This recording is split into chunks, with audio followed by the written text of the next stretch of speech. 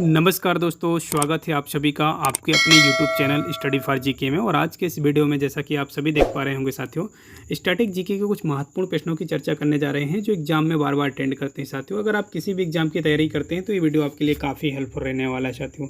तो आइए हम स्टार्ट करते हैं और पॉइंट टू पॉइंट समझते हैं साथियों। प्रश्नों को देखिएगा।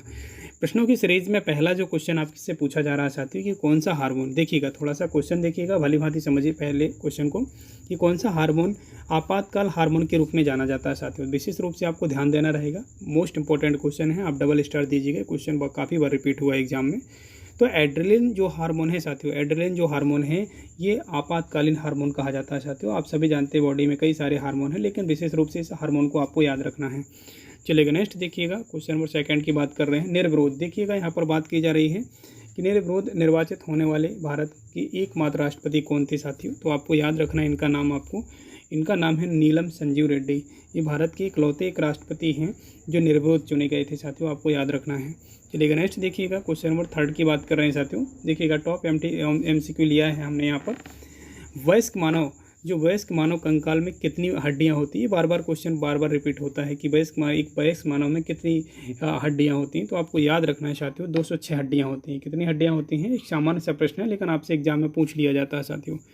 नेक्स्ट देखिएगा, यहाँ पर क्वेश्चन नंबर 4 की बात कर रहे हैं कि भारत में सशस्त्र बलों का सर्वोच्च कमांडर कौन होता है। तो आप सभी जानते हैं भारत में जो 3 टाइप की जो सेना होती हैं, वायु सेना होती है, जल सेना होती है और थल सेना होती है। इन तीनों सेनाओं के जो सेनापति होते हैं वो कहे जाते हैं साथियों राष्ट्रपति। जो भारत के राष्ट्रपति होते हैं वो तीनों सेनाओं के सेनापति के रूप में या सर्वोच्च कमांडर के रूप में जाने जाते हैं साथियों, याद रखिएगा। चलिएगा, नेक्स्ट देखिएगा, क्वेश्चन नंबर 5 की बात कर रहे हैं साथियों, ध्यान दीजिएगा थोड़ा सा। क्वेश्चन नंबर 5 आपसे ये पूछा जा रहा है साथियों कि अपने पद से इस्तीफा देने वाले भारत के प्रधानमंत्री कौन थे साथियों। तो आपको याद रखना है मोरारजी देसाई जो थे पद से इस्तीफा देने वाले प्रधानमंत्री थे। आपको राइट ऑप्शन आपको चूज करना रहेगा साथियों, क्लियर है।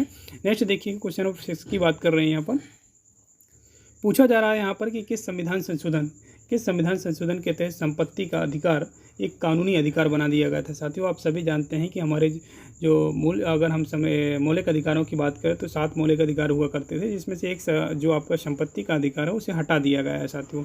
तो आपको याद रखना रहेगा साथियों कि 44वां संविधान संशोधन, विशेष रूप से ध्यान देना रहेगा कि 44वां संविधान संशोधन जो 1978 में हुआ था, कब हुआ था, 1978 में, जिसके तहत क्या कर दिया गया था, जो आपका संपत्ति का जो मूल अधिकार था उसे कानूनी अधिकार का दर्जा दे दिया गया था साथियों, और 300 में शिफ्ट कर दिया था। आर्टिकल कौन सा, 300 में शिफ्ट कर दिया गया था, आपको याद रखना है साथियों, क्लियर है।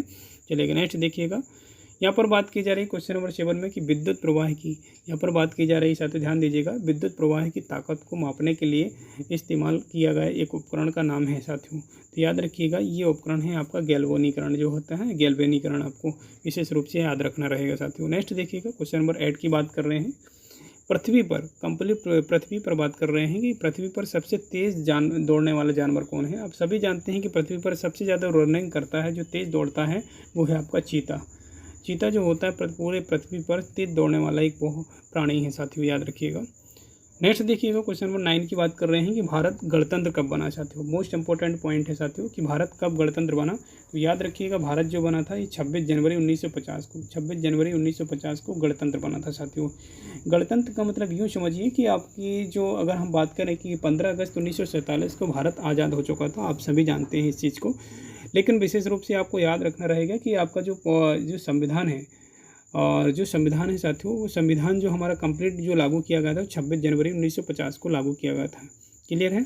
चलिए नेक्स्ट देखिएगा, क्वेश्चन नंबर 10 की बात कर रहे हैं। यहाँ पर ध्यान दीजिएगा थोड़ा सा। भारत में सर्वोच्च पुरस्कार जो होता है, यहाँ पर देखिएगा सर्वोच्च पुरस्कार की बात कर रहे हैं कि भारत का जो सर्वोच्च पुरस्कार होता है वो कौन सा है, तो होता है साथियों। तो ध्यान दीजिएगा, आप सभी जानते हैं कि भारत का जो सर्वोच्च पुरस्कार होता है वो होता है भारत रत्न साथियों। क्या होता है, भारत रत्न। भारत रत्न की जो शुरुआत की गई थी साथियों, कब से की गई थी, 1954 से की गई थी। कब से की गई थी, 1954 से भारत रत्न की शुरुआत की गई थी, जो भारत का संपूर्ण सर्वोच्च पुरस्कार के रूप में जाना जाता है साथियों, क्लियर है। नेक्स्ट देखिएगा, कंप्यूटर के रिगार्डिंग क्वेश्चन हमने इसमें रखा है साथियों। देखिएगा, ये बार बार अटेंड करता है आपके एग्जाम में कि HTTP का पूर्ण रूप क्या है साथियों। तो याद रखना है, HTTP का जो पूर्ण रूप है ये आपको देखिएगा हाइपर टेक्स्ट, यहाँ पर देखिएगा हाइपर टेक्स्ट ट्रांसफ़र प्रोटोकॉल होता है साथियों, क्लियर है। तो आपको याद रखना है हाइपर टेक्स्ट ट्रांसफ़र प्रोटोकॉल किसका होता है, HTTP। चलिए नेक्स्ट देखिएगा, यहाँ पर बात की जा रही है क्रिस्टियानो रोनाल्डो का नाम आपको याद रखना है, किस खेल से संबंधित है तो आपको याद रखना है ये फुटबॉल से संबंधित है साथियों। सामान्य सा प्रश्न है लेकिन बार बार एग्जाम में पूछा जाता है, तो फुटबॉल से संबंध रखते हैं क्रिस्टियानो। क्लियर है। नेक्स्ट देखिएगा, यहाँ पर क्वेश्चन नंबर 13 में बात की जा रही है कि एक दिवसीय, यहाँ पर क्वेश्चन ये पूछ रहा है कि एक दिवसीय अंतर्राष्ट्रीय क्रिकेट मैच में सर्वाधिक रन का स्कोर किसका था साथियों, कौन थे स्कोर बनाने वाले, तो याद रखना है सचिन तेंदुलकर। सचिन तेंदुलकर का संबंध क्रिकेट से है, आपको विशेष रूप से ध्यान देना रहेगा साथियों। नेक्स्ट देखिएगा, क्वेश्चन नंबर 14 की बात कर रहे हैं। क्वेश्चन ये आपसे पूछा जा रहा है कि ध्यान दीजिएगा थोड़ा सा। क्वेश्चन है कि भारत के योजना आयोग के अध्यक्ष कौन होते हैं। आप सभी जानते हैं योजना आयोग जो है अब नीति आयोग में कन्वर्ट हो चुका है। योजना आयोग जो है अब नीति आयोग में कन्वर्ट हो चुका है, जिसमें से अगर हम बात करें 1 जनवरी 2015 को क्या की गई थी, एक नीति आयोग की स्थापना की गई थी, जिसके जो अध्यक्ष होते हैं साथियों आप पदेन अध्यक्ष होते हैं। कौन होते हैं, पदेन अध्यक्ष होते हैं। भारत के प्रधानमंत्री ही योजना आयोग की अगर हम बात करें या फिर हम नीति आयोग की बात करें तो पदेन अध्यक्ष होते हैं साथियों। जैसे अगर हम बात करें नीति आयोग की वर्तमान अध्यक्ष की, तो वर्तमान अध्यक्ष कौन होंगे आपके, अभी जो वर्तमान में पीएम हैं नरेंद्र मोदी जी नीति आयोग के अध्यक्ष होंगे क्योंकि पदेन अध्यक्ष होते हैं। जो भी अगला प्रधानमंत्री आएगा वो नीति आयोग ये का क्या हो जाएगा, ऑटोमेटिकली अध्यक्ष बन जाएगा साथियों। क्लियर है, तो आपको याद रखना है। चलिए नेक्स्ट देखिएगा, यहाँ पर अगर हम बात करें क्वेश्चन नंबर 15 की बात कर रहे हैं कि फिल्म अवतार का निर्देशन, फिल्म जो है अवतार का निर्देशन किसने किया था साथियों, तो ध्यान दीजिएगा थोड़ा सा प्रश्न पर।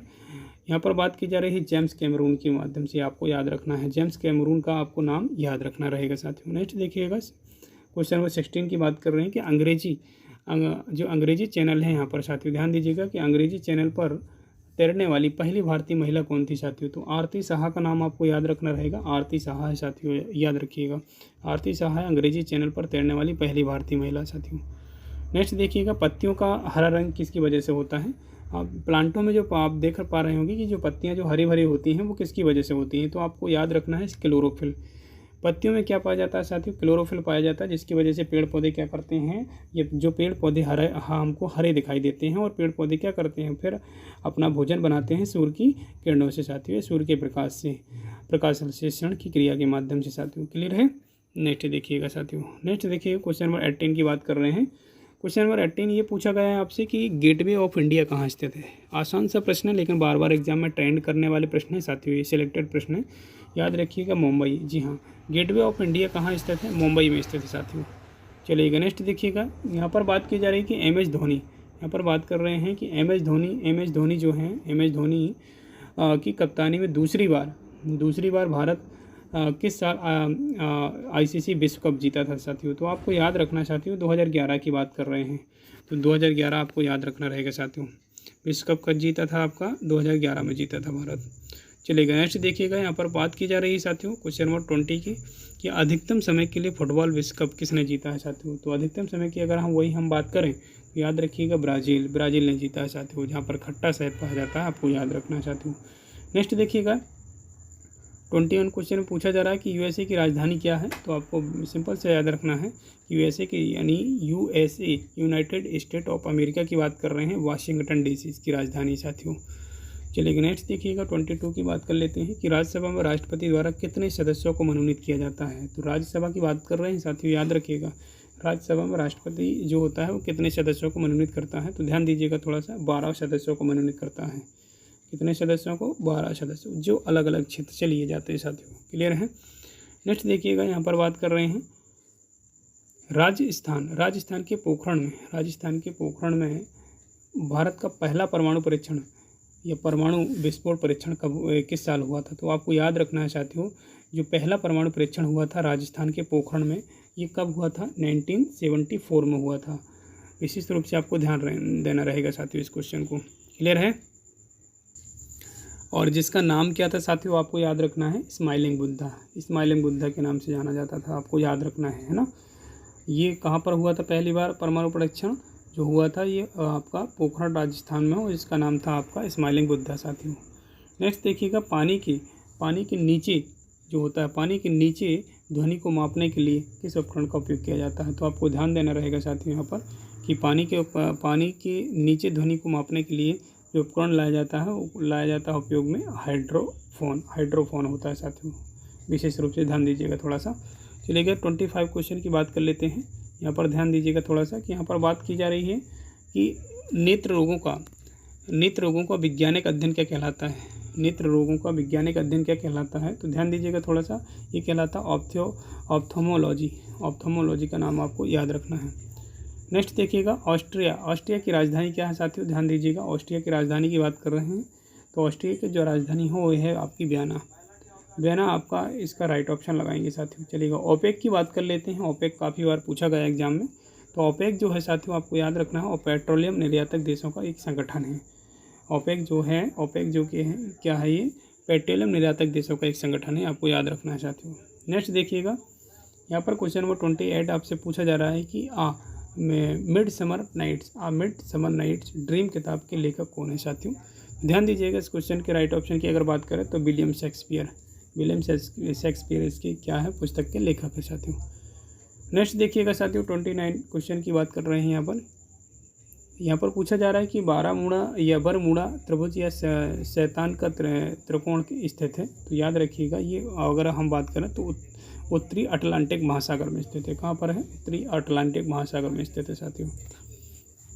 नेक्स्ट देखिएगा मुगल वंश का आखिरी, आज के सेशन का लास्ट क्वेश्चन है साथियों। अगर आप चैनल में पहली बार हैं तो चैनल को सब्सक्राइब कर लीजिएगा ईमानदारी से सफलता के लिए, और साथ में वीडियो को लाइक कीजिएगा, शेयर कीजिएगा। चलिएगा देखिएगा मुगल वंश का आखिरी शासक कौन था? आप सभी जानते हैं कि हमारे भारत में मुगलों ने भी राज किया है। उसमें अगर हम बात करें तो बहादुर शाह जफर ने अंतिम रूप से अगर हम बात करें तो शासन प्रणाली को संभाला था साथियों, याद रखिएगा। तो मुगल वंश का आखिरी जो शासक था वो कौन था? बहादुर शाह जफर साथियों। तो आज के इस वीडियो में बस इतना ही। वीडियो पसंद आता तो वीडियो को लाइक और चैनल को सब्सक्राइब एंड शेयर कीजिएगा वीडियो को। मिलते हैं नेक्स्ट वीडियो में। जय हिंद।